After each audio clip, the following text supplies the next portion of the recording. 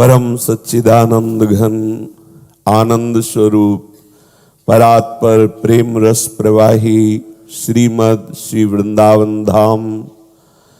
वृंदावन धाम के खग मृग पशु पंछी तरु लता रजरानी जू श्री यमुना रस रानी जू समस्त ब्रजवासी परिकर समस्त भगवत प्रेमी महाभागवत रसिक जन समस्त सहचरी वृंद और प्राणाधार श्री युगल सरकार श्री श्यामा श्याम जी अपार अहेतुकी कृपारस की वर्षा कर रहे हैं और हम सब इस कृपारस में भींज रहे हैं। ऐसा प्रतिपल उपासक चिंतन करे। कृपा सिंधु की महाबली कृपा हमें समस्त विघ्नों से बचाती हुई अबाध प्रेम लक्षणा भक्ति रस में डुबो रही है।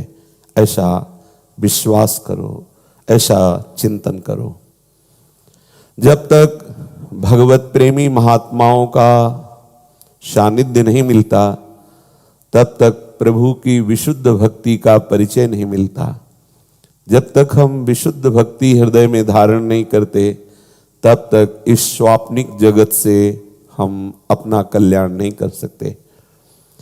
यहां से लेकर ब्रह्मलोक तक अनंत ब्रह्मांडों तक भगवान की त्रिगुणात्मिका माया का ऐसा प्रभाव है कि थोड़ी देर के लिए ज्ञान भी होता है तो तत्काल ऐसी धूल भरी आंधी चलती है कि हम फिर भ्रमित हो जाते हैं। इसीलिए जब बहुकाल करी सतसंगा तबहि होए सब संशय भंगा। बहुत काल तक संत महापुरुषों का सानिध्य प्राप्त करके उनकी आज्ञा के अनुसार हम चलें तो ये सब विषय आकर्षण, संसार के भोगों में सुख है ये भ्रम, मैं पुरुष हूं मैं स्त्री हूं ये सब भ्रम ये नष्ट हो जाता है। चिरकाल तक के लिए जो अज्ञान अविद्या हमें बांधे हुए थी उससे हम मुक्त होकर श्री प्रियालाल के प्रेम रस में डूब जाते हैं। अभी क्षण मात्र के लिए ऐसा लगता है काम बन गया, ऐसा लगता है हम निर्विषय हो गए, ऐसा लगता है हम जितेंद्री हो गए, लेकिन ये विश्वसनीय स्थिति नहीं है। जब तक कोई भी विषय दिखाई दे रहा है, कोई भी व्यक्ति दिखाई दे रहा है, वस्तु दिखाई दे रही, तब तक आपकी स्थिति निर्विकार नहीं है, क्योंकि सामने जो प्रभु का दर्शन होना चाहिए, ब्रह्म दर्शन होना चाहिए, वो नहीं हो रहा। इसलिए स्थिति विश्वसनीय नहीं है, कहीं भी आप फिसल सकते हैं। इसलिए गर्व न करके दैन्य भाव से भगवत अनुराग में डूबे हुए रसिक जनों के संग की आकांक्षा करें। यदि उनका संग मिल जाए तो संपूर्ण चित्त वृत्ति उनके आदेश में समर्पित कर दीजिए। बस इसी से आप इस संसार से मुक्त हो जाएंगे।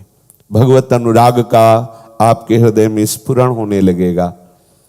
हमें जैसे रोग निवारण की औषधि चाहिए वैसी औषधि हम नहीं कर पा रहे हैं, परहेज बिगाड़ रहे हैं, इसीलिए अनुभव में नहीं आ रहा। नहीं, सच्ची मानिए प्रियालाल कोई ग्रंथों में लिखे हुए विषय नहीं है, वो हैं प्रतिपल हैं।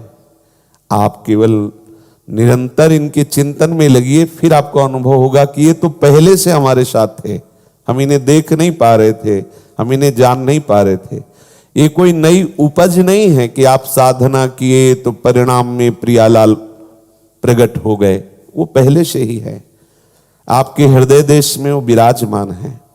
पर असाधन की अज्ञानमयी वृत्ति के होने के कारण हम अपने हृदय विहारी को अनुभव में नहीं ला पा रहे। जी भी असाधन हटा तो ही आप देखेंगे कि वो साधन से प्रकट नहीं हुए। साधन तो केवल असाधन हटाने का कार्य किया, प्रभु तो स्वाभाविक अहेतुकी कृपा करते हुए आपके हृदय में पहले विराजमान थे, अब भी विराजमान है, आगे भी विराजमान रहेंगे।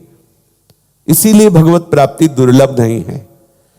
यदि वो साधन के बल से कहीं प्रकट होते तो ये बात थी कि अगर पूर्ण साधन नहीं बना तो प्रभु प्रकट नहीं होंगे।